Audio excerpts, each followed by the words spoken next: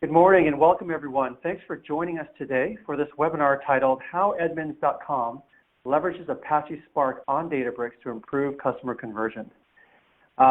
Before we get started, just wanted to go over a few housekeeping items to ensure that we have the best possible experience. First, if you haven't noticed already, your audio connections will be muted for the entirety of the webinar. So if you do have questions, please submit them via the Q&A panel in your BrightTalk user interface, and it will address as many of the questions as possible at the end of the webinar via an audio Q&A. And if there are any questions left unanswered, we'll answer them in the Databricks form, and we'll send out an email and a blog post letting everyone know when those answers are up and available. Last, this webinar will be recorded, and it will be made available along with any attachments from this presentation. So you'll be able to access the recording via BrightTalk or via Databricks.com in the next few days.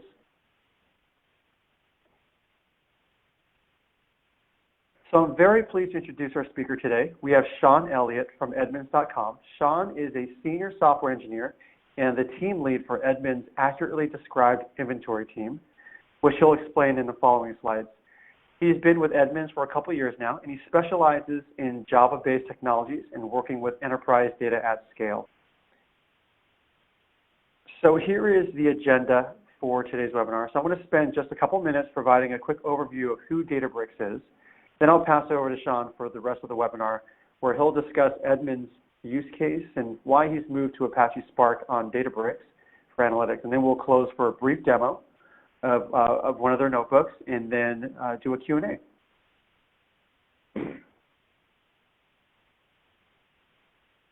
So for those of you who are not familiar with Databricks, we are the company founded by the creators of Apache Spark.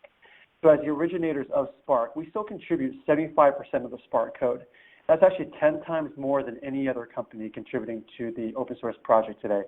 And because of our dedication to Spark and our unparalleled expertise, we've been entrusted as the leading educators around Spark. In fact, we've trained over 20,000 Spark users, and it's growing rapidly every day. So many of these companies end up becoming customers, and as they find our platform is the best place to work with Apache Spark. So what we've built here is a just-in-time data platform around Spark for data science and data engineering. So our platform essentially enables companies to easily analyze data and build really cool applications with Spark. Okay, so that's it for my little commercial. So with that, I'd like to pass the mic over to Sean Elliott from Edmunds.com. Take it away, Sean. Hey, hello everyone. So as Wayne said, I'm Sean Elliott. I'm with Edmunds.com. Edmunds is one of the largest online car information marketplaces. So we have a lot of information about vehicles, editorial reviews, and primarily in the last couple of years, the area that I'm working in, which is vehicle inventory. So a couple of years back, when I was hired on, we were tasked with really enriching the inventory that we had. So that meant adding in a lot of new inventory and making sure that the quality of the inventory that we have was up to scale. So the reason that that is important is that the more inventory and the better inventory we have, the better it is for essentially lead conversions, which essentially what that means is that the better inventory that we have, the more likely that a user is going to find what they need and the more likelihood that they're going to end up purchasing a car, which is good for the consumer, it's good for the dealers, and in the end, it's good for Edmunds. So being able to have higher quality data and large amount of data was incredibly important to us. So that was sort of the background or the genesis of me and my team and how we came here. So the immediate need was that when we came into this, we kind of discovered that we had a lot of data to kind of parse through and figure out what was best. So gigabytes, terabytes worth of vehicle data, and we had to really figure out what was the most accurate and the most cost effective of the data sources that we have. So that's kind of where we started from, at least from kind of a high-level kind of business perspective. So in order to kind of explain that a little bit better, we have to get into the technical dredges a little bit.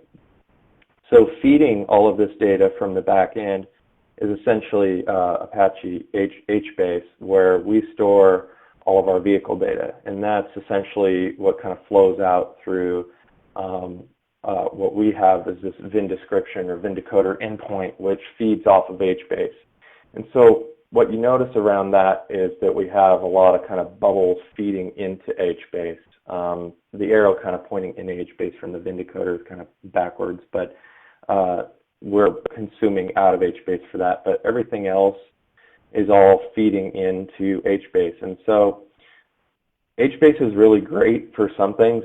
It's really fast and really scalable, but one of the things, like the biggest pain point that we had is that it doesn't really have a tremendous amount of tools as far as being able to get at that data from an analytics perspective. So being able to see what you have in HBase was really a huge pain point for us. So while at the same time that we were building up all of our infrastructure and figuring out how to get it in there and kind of adding new source data and prioritizing it, we started to kind of really run across this problem of analytics. So we needed to know what would be the best source for a given VIN or a given make or a given year and so on and so forth. But we really didn't have very good ways to be able to ascertain that information. So really this was kind of the case for better analytics.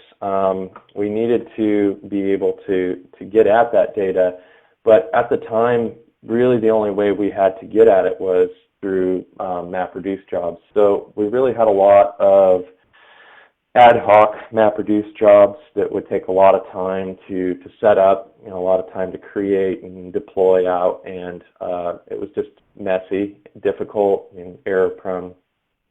In addition to that, we had some R scripts, and we had a few other local scripts that we would run in order to be able to try and get at this information.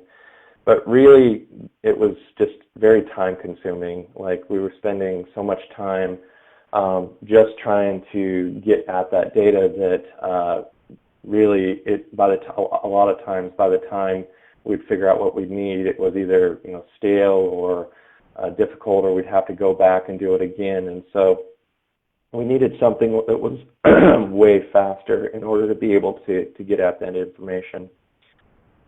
So we wanted to be able to get at it, but in the same sense, we also didn't really want to spend a ton of time building up new clusters and configuring Spark or fiddling around with EMR and kind of figuring out what we needed to do. We really just wanted something to kind of give us Spark, or really give us something to be able to get at our data quickly without having to spend a ton of time on DevOps or spending a ton of time worrying about whether a node is down or whether or not the data was there or missing. And we needed something that could scale, of course. We wanted something that it could continue to scale, whether we threw more at it or in different forms as well.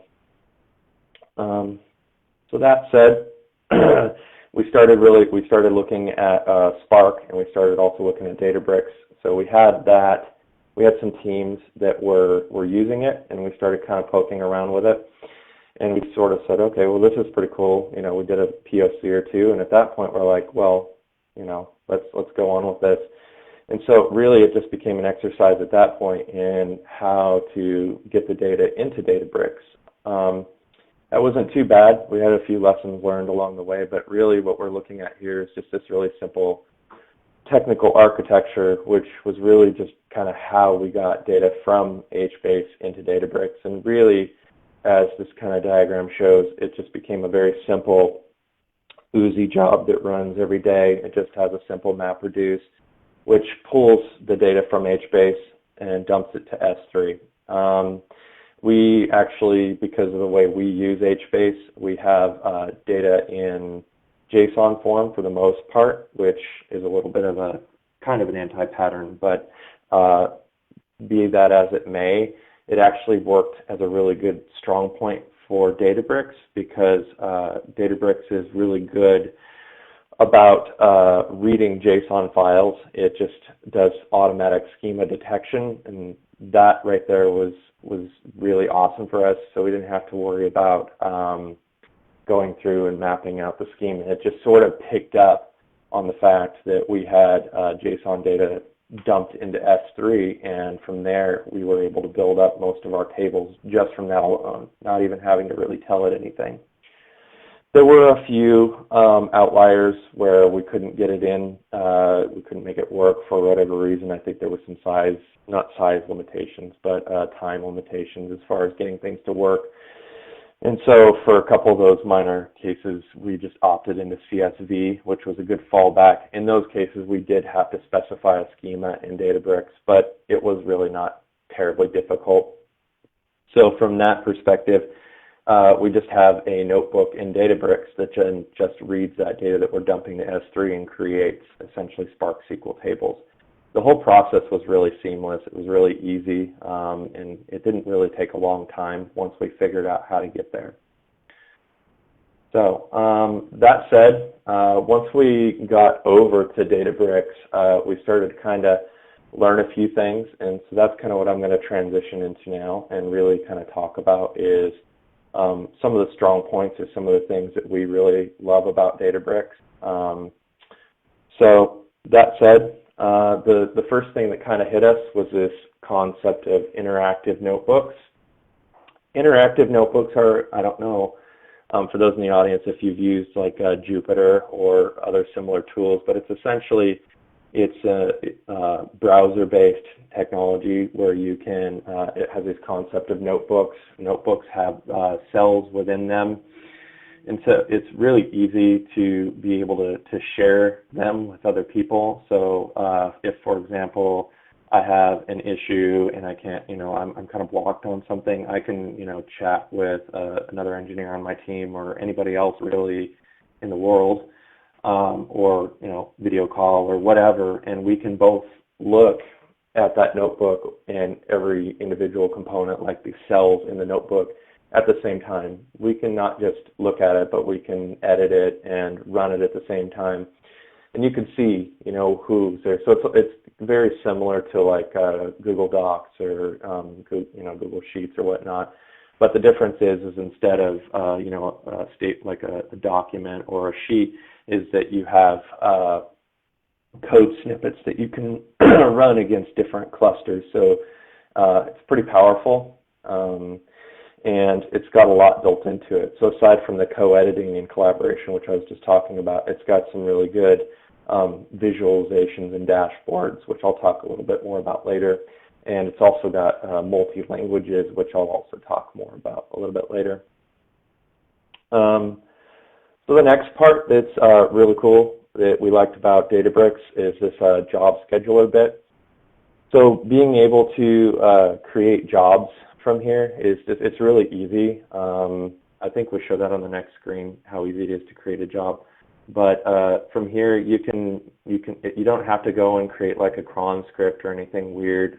It's just a matter of going through, creating a job, and plugging in all the right information. From this screen here, you can see that you can run them and you can kind of look them up really easy. You can dive down and see what's going on with individual jobs. And the feature that I use most in here is that it tells you the task, which it's specifying the exact notebook. So if you have a job that's failing, you can just click right into the notebook and see what's going on and see if there's a problem with it or see if there's something you need to check out there. So actually, it looks like we're talking about cluster management here.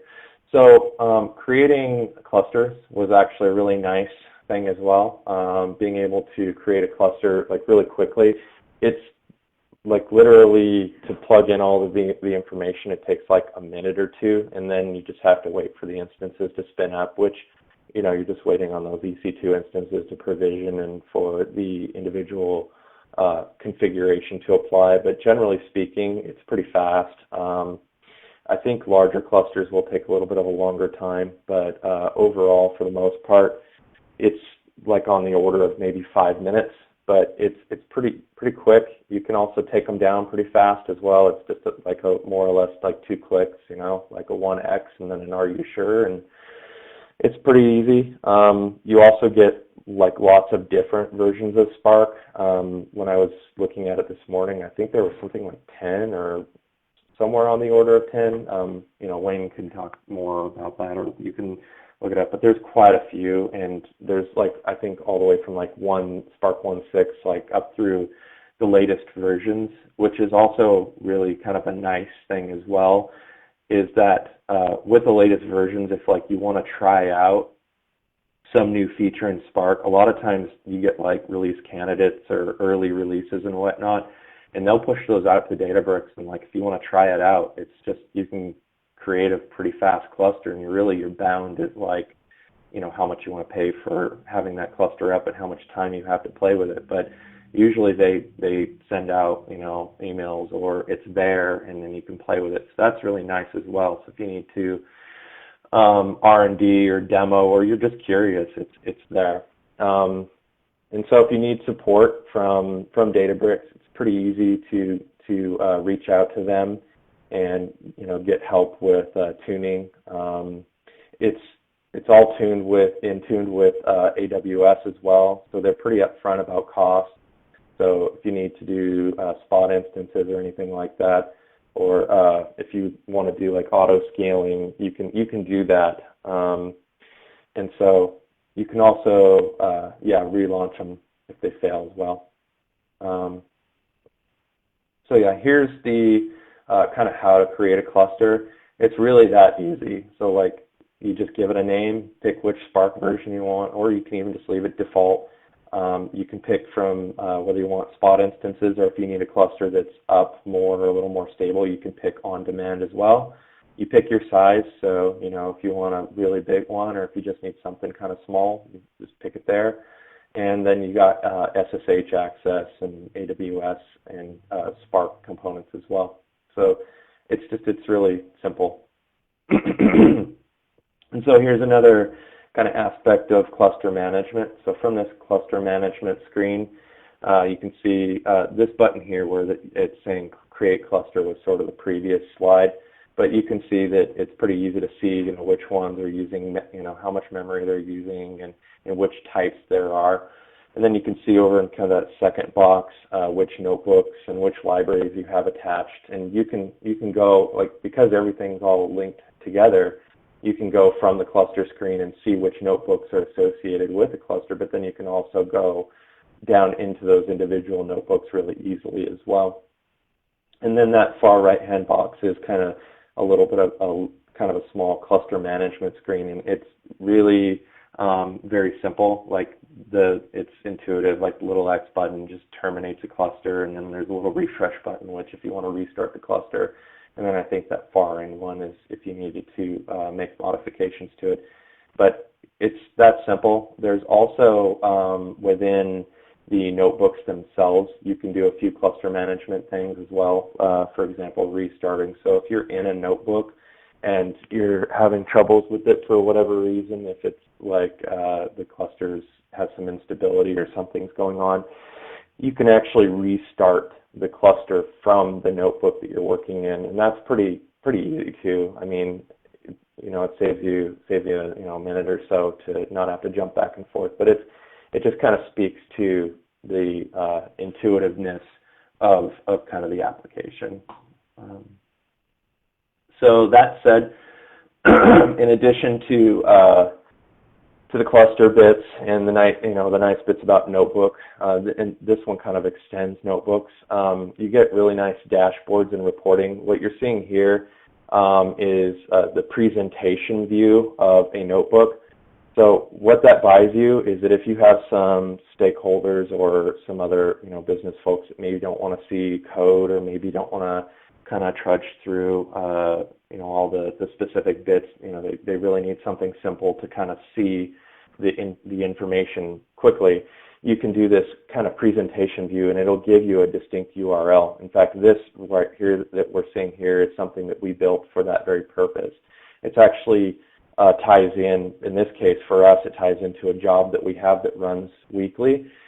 that runs through all the information that we have in our Spark SQL tables, and it generates the data, and then it sort of generates this nice little report, and then it spits out the URL of this presentation view to folks on an email distribution list, and then you're able to then just click on that link and see this nice presentation view without really having to dive into any of the back-end code. And of course, if you did want to see that, then it's only like a click or so away. So overall, the big thing for us was really, to kind of summarize, was really improving our data quality on our site. So really being able to look through those large tables and find the gaps in what we had, and really to kind of better use what we had. So our build data and our partner data and data that we pay for, we really needed to be able to kind of ascertain what was best in a different scenario without having to spend a ton of time on like building out MapReduce jobs or R scripts or anything like that. And this last point was one that we didn't really see up front, but really kind of caught us by surprise, but a very nice surprise, which was really kind of this holistic insight into the overall quality, meaning that because we have all our data in one place, we're able to see kind of everything together. We don't really have to jump across different data sources and join things together, although even within Databricks, you could do that if you wanted to. So for us, we don't really have to, we can see kind of everything all at once, and that's given us some insights that I don't think we would have been able to have without kind of having it all joined together. And in addition to that, we've been able to bring on new data sources a lot faster, and we're able to really see like what we should be kind of doing as far as if we should use a given source or not, or if we should prioritize it differently, or what our spend should be for a paid source. These are questions that I'm going to talk about in our next slide, but we used to spend a lot more time on, and to really be able to kind of get insights into kind of what was best in a given scenario. So that said, as I was kind of talking about before, and as I've kind of led up to, really we used to spend a lot of time with these reports and these ad hoc jobs. We were spending probably 10 to 20 developer hours, and probably another 5 to 10 like kind of non-developer analyst hours a week on these jobs. And since then, we've saved at least 60% of that time. We're now down to probably, it really varies by the week, but probably an hour or two a week or a couple hours, just because things are so stable that and so easy to modify that it just really doesn't take a lot of time to go through that whole cycle of updating something and then kind of packaging and deploying it and pushing it through a build server, and then kind of uploading it to the cluster and running it, and then kind of praying that all the bits around MapReduce and your code haven't failed. It's pretty easy to get those answers really quickly, as opposed to having to go through that cycle.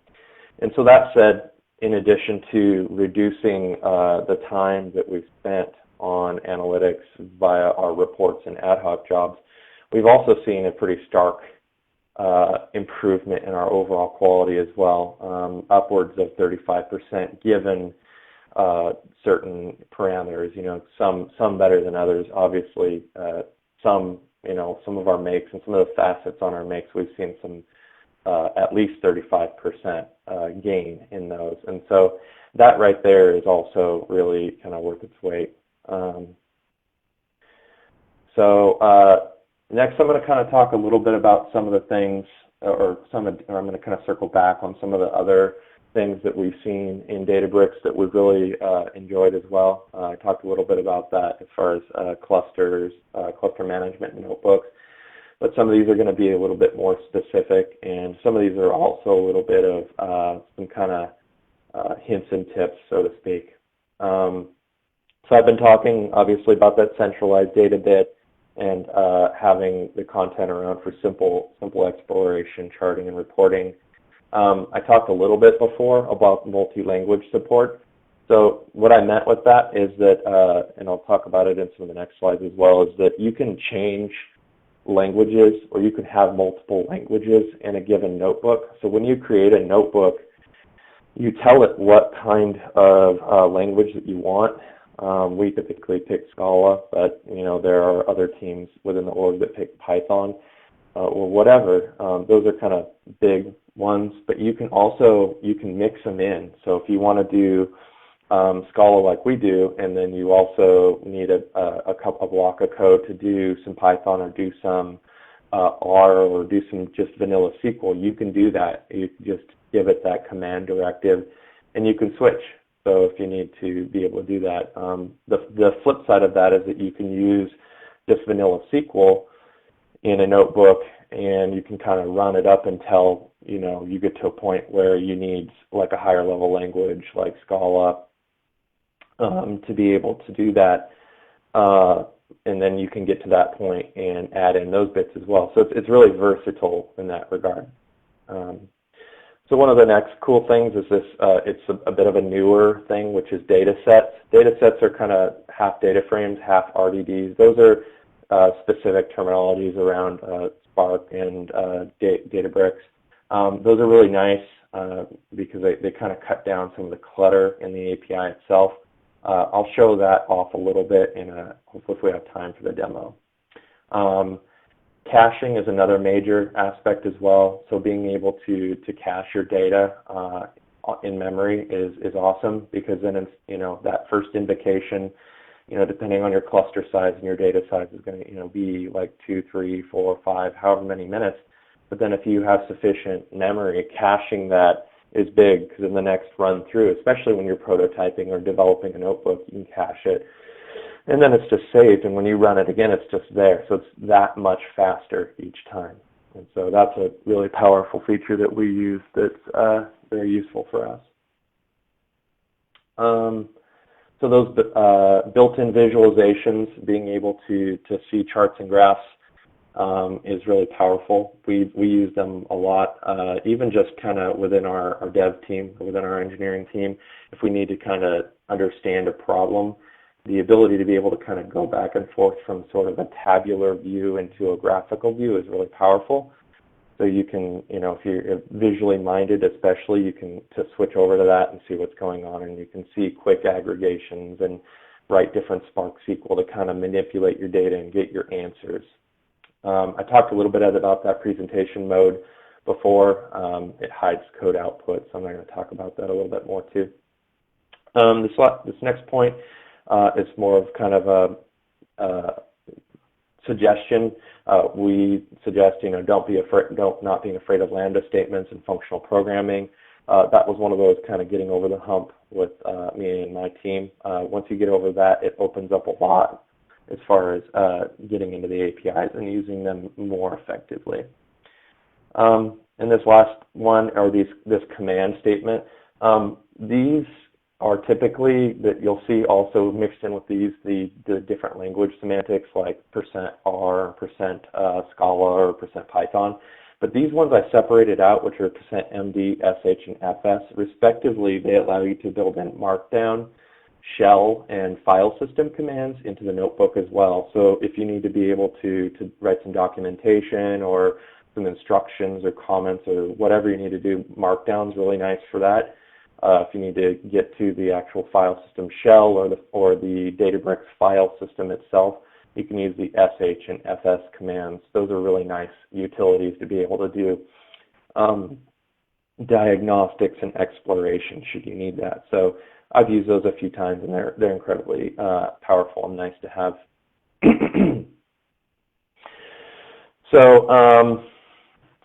Some other kind of observations and some tips that we have as well. So if you do end up using this and you're on a team where other folks are using the same cluster, it's good to kind of communicate, restarts and taking down of clusters. And it's good that, there's this API as well for cluster creation. So, and then this final point here on cluster usage is, like I said, an idle cluster can be an expensive mistake, meaning that if you're using a cluster, especially a larger one, you probably want to make sure that you're actually using it, that you have jobs running against it or ad hoc reports. You probably don't want to create this big cluster that you have sitting and running, and it just doesn't really do anything for, however many hours your downtime is for a day, at like 8 or 9 or what p.m. or whenever your team stops using it until, 5 or 6 a.m. or whenever it is. So that said, consider using the API to create clusters and take them down, or just communicate and figure out on your teams what you should use. Another aspect as well is it's really easy to use shared libraries and notebooks. Like, for example, we use Boon. It's a Java library for I/O and JSON, but we also have like our own shared notebooks and a utils folder, and you can use those across the Databricks system itself. It used to be that you would use the %run directive to tell one notebook to kind of run another notebook, and that way you could get all the variables and functions of another notebook. But this new feature that just kind of came out a month or so ago is this notebook workflows. These are really cool. I haven't used them yet, but in short, it allows you to use a notebook sort of like a class or a function, so you can pass in parameters and expect back return values. And so those are really interesting, and I think it's going to create some nice modularity and some nice engineering practices around that, which is pretty cool. So that's it. So I think we have time to do a quick demo. So that said, I'm just going to go through this it's a little bit of a trivial demo. It's not terribly big. It's kind of from some open source data, if you will. Really what I had, let's see here, is I have these sample data sets. I have this books JSON file and this zips JSON file. And really, just to kind of show those off, they were really just as simple as they look. This books JSON is just essentially just a bunch of JSON all kind of on one line. And then the zips file is similar. There's one per line here. The only gotcha that I have with this, and we experienced this when we used it as well, is that with JSON data, when you import it into Databricks, it doesn't like line delimiters terribly much, so you have to adjust for that. But it's a pretty simple fix. So that said. I'm going to go ahead and do that now. I'm actually going to go ahead and create both those tables. So I'm going to go ahead and just drop in the books table. Pretty simple. So you're seeing kind of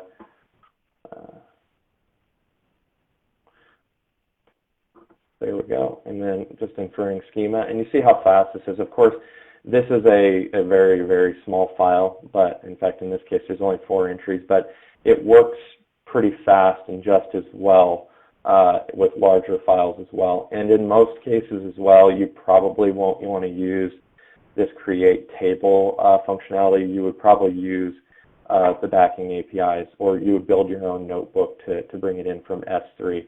But this is really useful too, because there are times that if you wanted to do some ad hoc data analysis and exploration, we've done that as well, where you can just drop in the file and you just get it really simply. And so that's it. It'll take a second. And so I'm going to go in and add in the second table. It's again just a simple drag and drop. This one's a little bit larger, so really the bulk of the time here is just that disk I/O, just uploading from my laptop to presumably somewhere in AWS. But if you have it in S3, it's going to be that much faster. It's not going to take that long. So create a table, and there we go. So now what we've done here is we've just uploaded those 2 quick tables from JSON files, and you can see the schemas. You can you can see what types it picked out for you. you can see a sample data set. Pretty simple. So what I have here is just some trivial examples, really just kind of showing you that a few of the features. So you can see that it's attached to this webinar demo cluster. You can detach it really easily and then reattach it to whatever cluster you wanted. You can view, this is the view the code or results only mode. So if you just wanted to see the results, this would be where you would also view if you had a dashboard like we were showing off earlier. That's where you'd pick it. So these permissions are also pretty nice as well. You can kind of set those across and figure out who has permissions and who don't, or who doesn't at the individual notebook level. And then the ability to kind of run them all from the top is nice as well. So that said, this notebook is as you can see, is a Scala notebook, but this is using that language directive at the top. This is just really just a simple SQL select showing you, that you have that you're just grabbing the data from that sample notebook. Of course, you can do fancier stuff in here. It's got kind of the full SQL syntax. If you wanted to do a bunch of joins or aggregation or anything like that, you could do that here. I would advise, it's nice if you have folks that know a lot about SQL or are really good at SQL. It's a nice place to start, but really I would say that I would encourage folks to kind of graduate to Scala or Python or whatever your kind of preference is. So you're going to get a lot more functionality out of that. And so with that, this next notebook does a slightly similar thing. The only difference is that you got this explode function. All it's really doing is taking that struct or that array field and just turning it into individual columns. So you can see kind of over on the far right that column has been turned into that. And so here we have, we're displaying essentially kind of the same table, but then we've just kind of blown up one of the columns. So the next bit was sort of a kind of a contrived example. Really what I'm showing here is just if I wanted to, in this instance, given this data set, if I wanted to calculate the price per page, here's one way that we might do that. And so really the simple thing here is just to run a map function, and you're just getting the individual columns, and then lastly you're just actually creating the calculation. And then when you're through with that, you need to put it back into a data frame if you actually want to display it out, because that's what the display function is giving you. That's where you're getting all of these cells in that nice kind of tabular format. Excuse me. So the next cell, the difference is, excuse me, is that it's showing you the data set API. So you kind of notice right off the bat the difference is that this kind of one before it was a little more kind of very similar in my mind. I think very much like a JDBC or ODBC type semantics and syntax, where you have to do your gets and you have to know your column names and whatnot.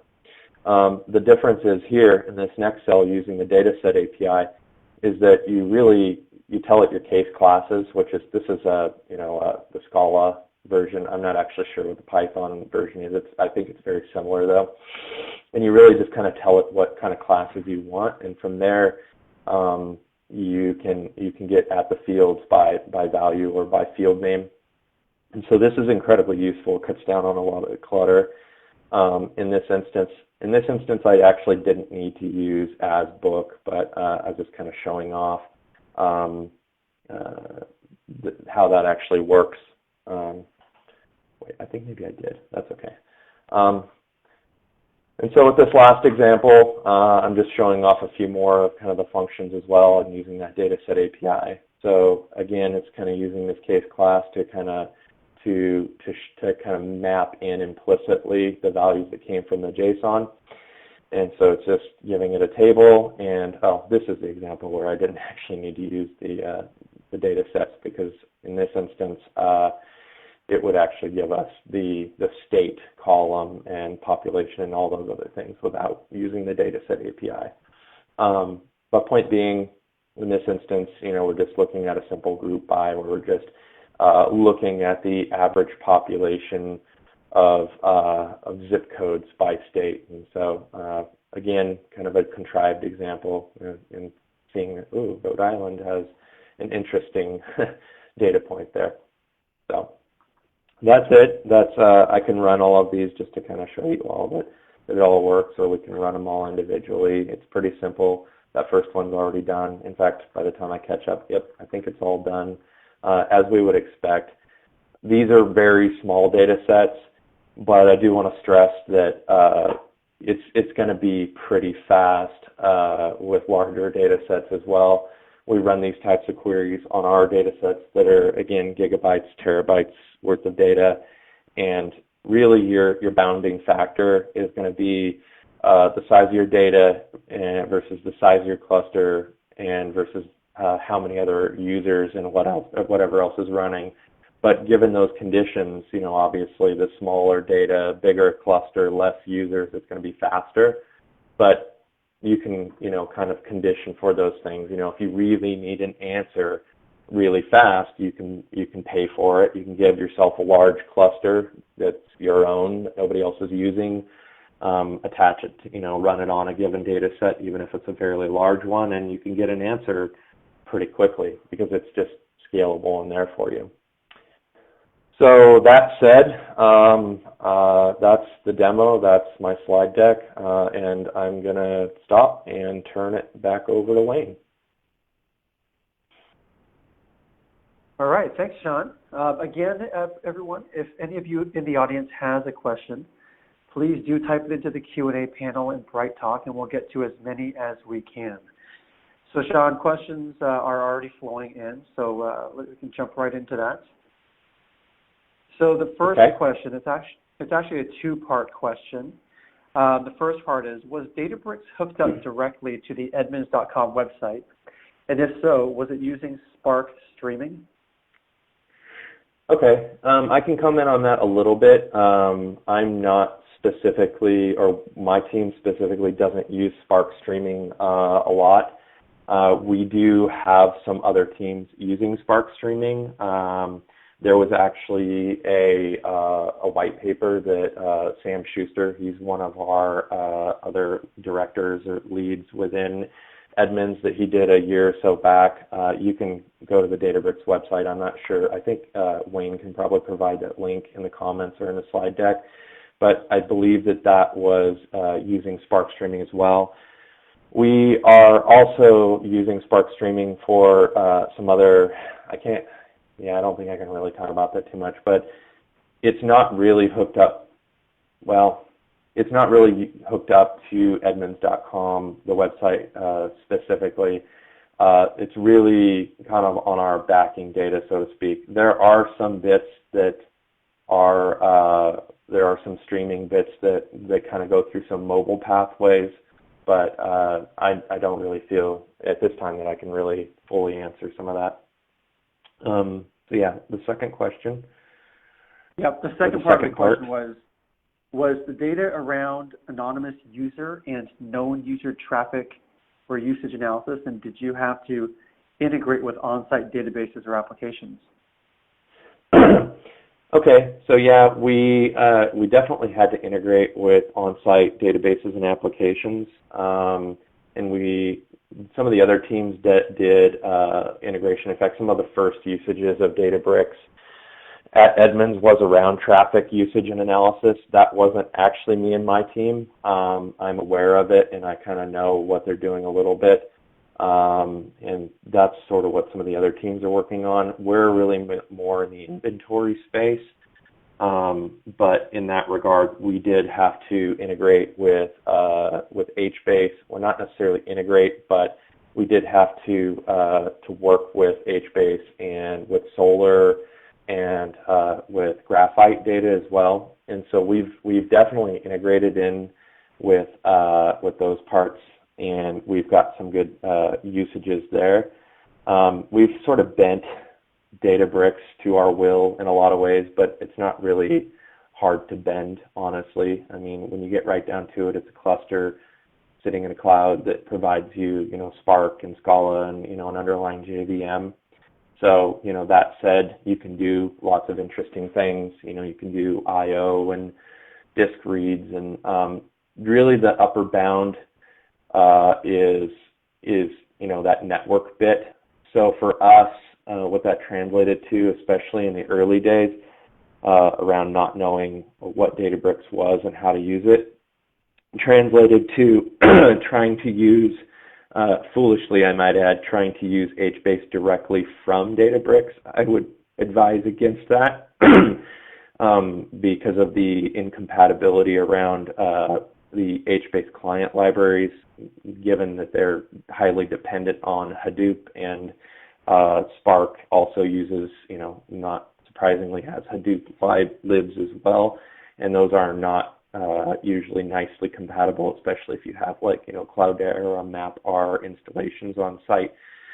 Then they don't play very nicely together. I did kind of get it to work, but my advice there was around not really doing large-scale ops. Like if you needed to do gets or puts or deletes, something kind of smaller scale ops, you can do that. I left it off and then kind of handed it off to one of our other teams, and then I think they may have ran with it a little bit more. I'm not really sure. But larger scale operations, like bigger scans and whatnot, when you think about it, it doesn't really make a lot of sense anyways to do those sort of large scale network intensive operations, because really you're going to be paying that cost to go across a network. And so really you want the data to kind of be close to where it's running to, which is kind of a generic thing for Databricks, but clusters in general, you really don't want to have to be reaching out and doing a lot of network I/O, really, in most cases. So. Okay, great. Next question. Have you used Spark to do ETL? Can it replace regular ETL tools such as Informatica or SnapLogic? Okay. I haven't actually used Informatica or SnapLogic.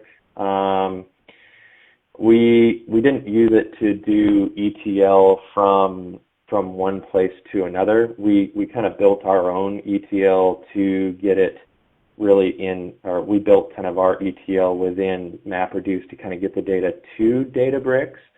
I imagine you could, it's a Spark kind of running on, AWS, so I imagine that you certainly could move things around there. But again, it kind of depends on the points that you kind of want to connect. It's kind of built on top of AWS, so it's a little bit friendlier in that regard to things that sort of live within the AWS ecosystem. If you're starting to try and move things across file systems that maybe or file systems or like database connections, I'm not entirely sure if that's a use case that would fit or not. Wayne might have to kind of answer that one a little bit more. But we do offer a number of built-in database connectors, common databases like Mongo or React or whatnot, that kind of help facilitate that access process for ETL. So it is possible. It's actually a very common use case of ours. So. Yep. Okay. Okay. Next question. If anyone can modify a notebook, and you had mentioned notebooks are saved automatically, how do you go about source control? How can you go back to your previous code in case you need to? Is version control integrated, or do you have to copy the source code from the notebook somewhere else and then keep re-importing it back into Databricks? Okay, that's actually a really good question. There actually is a kind of light version control system built into notebooks. So you can see revision history built into it by default.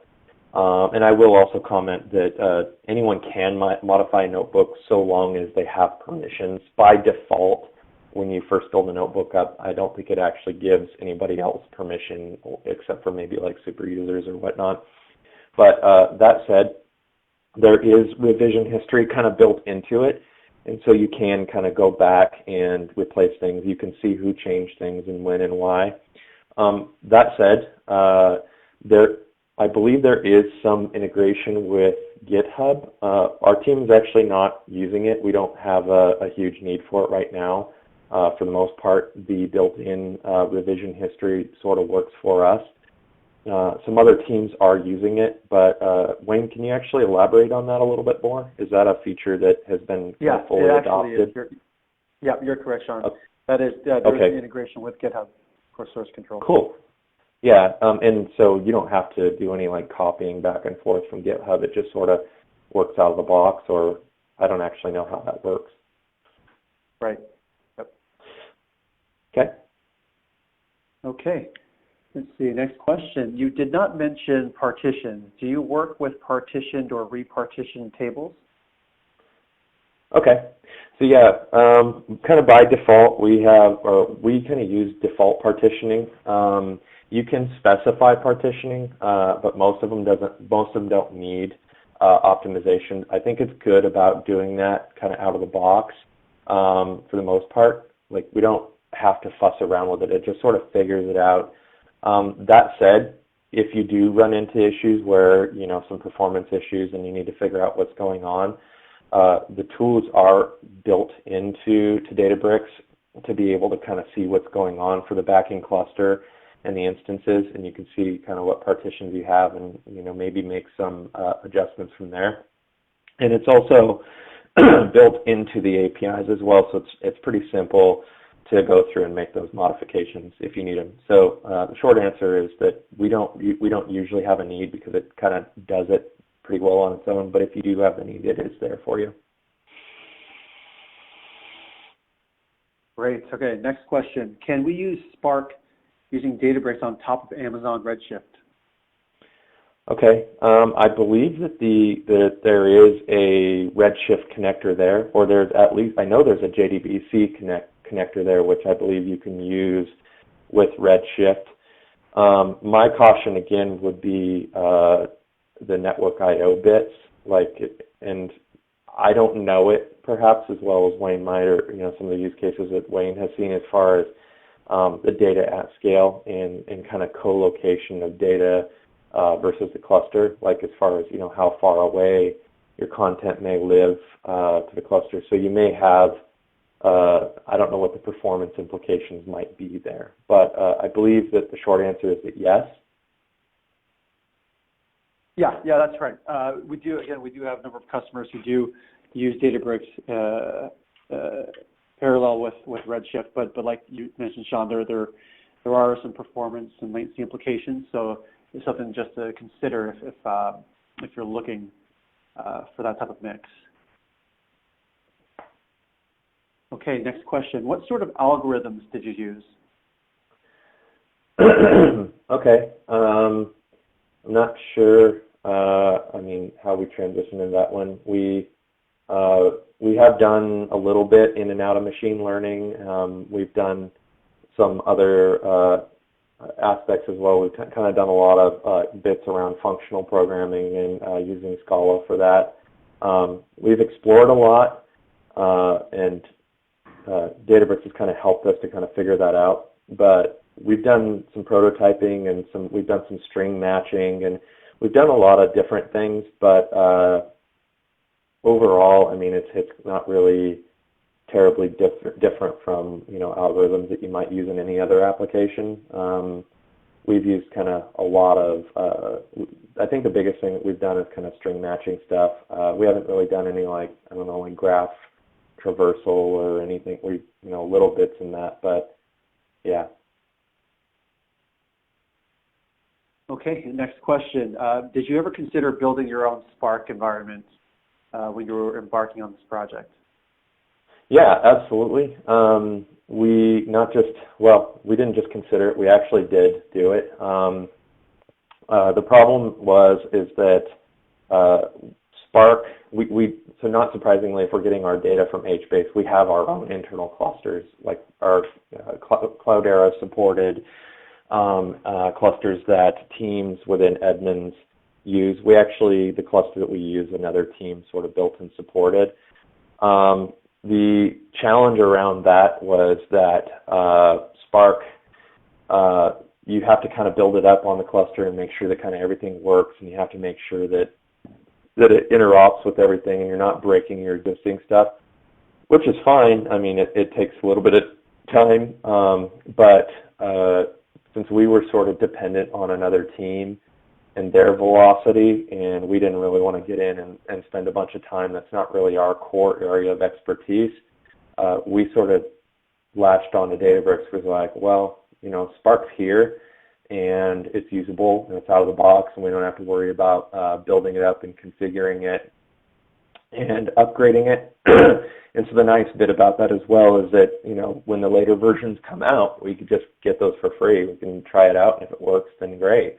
And in the most part, it does. So we do have some other teams on that are using Spark on some of our other internal clusters, and that works too. Like, it's nice for portability. But the other aspect, perhaps, that you're also not necessarily getting is, and I think you can get it with some other tools as well, is the notebook aspect, and then, you know, the revision history and a lot of those other things that are kind of, I don't want to say proprietary, but specific. Well, I guess they are proprietary to Databricks. And so all of those nice features, you just kind of get all in one place, as opposed to having to go through and kind of roll your own, which is fine. I mean, it works for some, you know, obviously works for a lot of companies.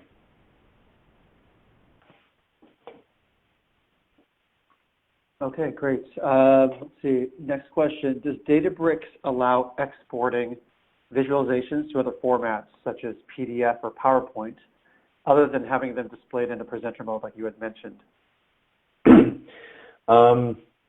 That's an interesting question. I'll have to kind of answer it in a couple parts, and I think, Wayne, you might have to help me out as far as some of the future things and whatnot. Sure. To my knowledge, the visualizations themselves, I don't believe they are exportable at this point. We just kind of go with old school screen snaps. And then the other part to that is obviously being able to export the raw data. And so that's sort of a paradigm that we do if we need to pass it off to another team, is that we'll hand it off. We'll export essentially like a CSV file, or, you know, dump it to S3. But as far as I know, exporting to PDF or images or whatnot, I don't think that's a feature that's available right now. Whether or not it's on the roadmap or not, Wayne will have to answer. Yeah, you're right. You cannot export directly to PDF or PowerPoint. What you can do, you can export visualizations from the notebooks in static HTML for offline viewing.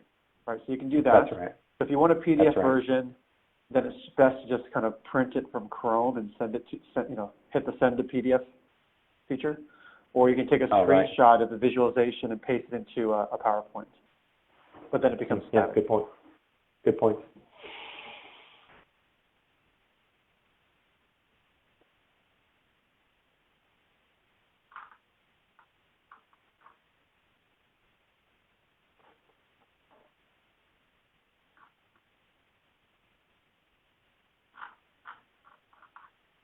So that was the last question. If anyone has any other questions, please enter them into the Q&A panel, and we'll try to address it. We do have another minutes left in the webinar. Okay. Well, if there are any other stragglers that come in, you know, we can address them again later on in the Databricks forum. I want to just thank everyone for attending today. Just a reminder, this webinar was recorded. So if you want to access it later or share it with any of your peers, you can do that via Databricks.com. And please don't forget to provide feedback on the webinar today. There's an option in your Bright Talk panel where you can provide feedback. It's a 1 to 5 star rating system. So please do that. That gives us you know, some data points on the type of topics and the type of formats that work in these webinars for future webinars. Thanks again for joining. Thanks, Sean, for taking the time to share your use case with everyone. And have a great rest of the day. My pleasure. Take care, everyone.